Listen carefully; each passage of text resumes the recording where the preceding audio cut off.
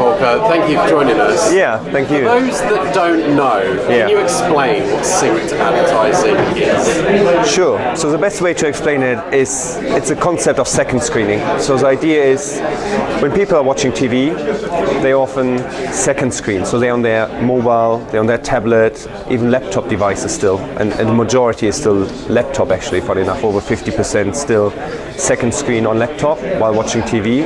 So the TV almost becomes like a background noise. The idea of TV Sync is to capture whenever a certain ad, a certain program is aired on TV, and then execute a second screen campaign in real time.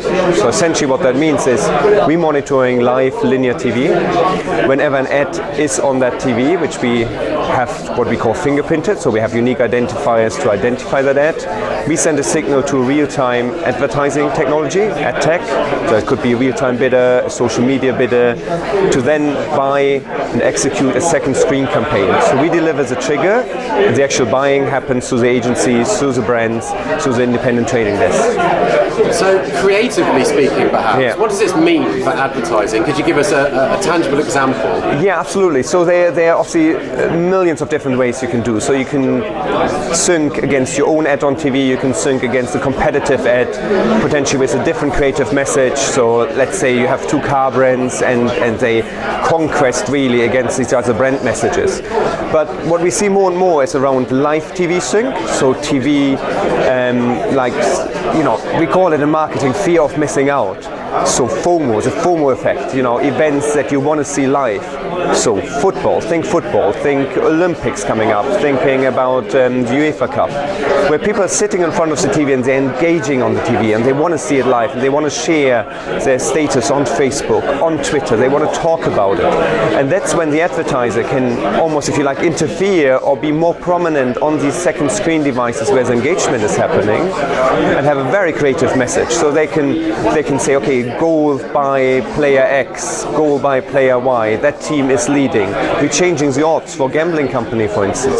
So all these different creative messages. And then of course you can think wider in terms of having almost like a storytelling around video and increasing your reach with TV Sync. So there are different ways of applying the technology in order to look at the broader brand message.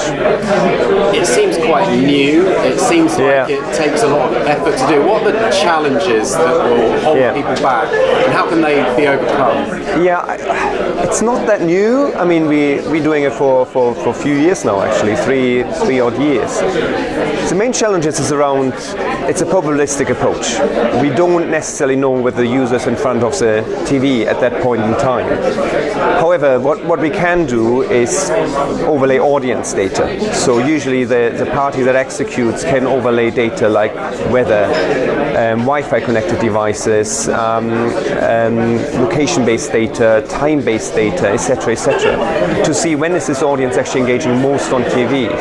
And that's where we as 4C are helping as well, by creating this audience and deliver these data insights and say someone who is very affine to a certain brand is more likely to watch a certain TV show, is more likely to engage for certain TV programs.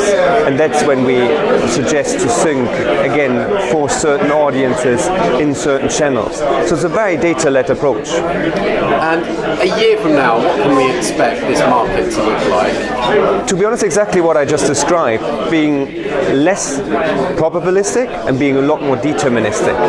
So by using set-top box data, by using cross-device data, we will be able to actually sync much more deterministic. So the likelihood of someone actually watching TV will be the game changer. So you sync exactly when your audience is engaging on TV. So again, your CTR goes up, your engagement goes up, the brand awareness goes up, and you will see a lot more case studies coming out around that in the next couple of months. Volker, thank you so much. Brilliant, thank you.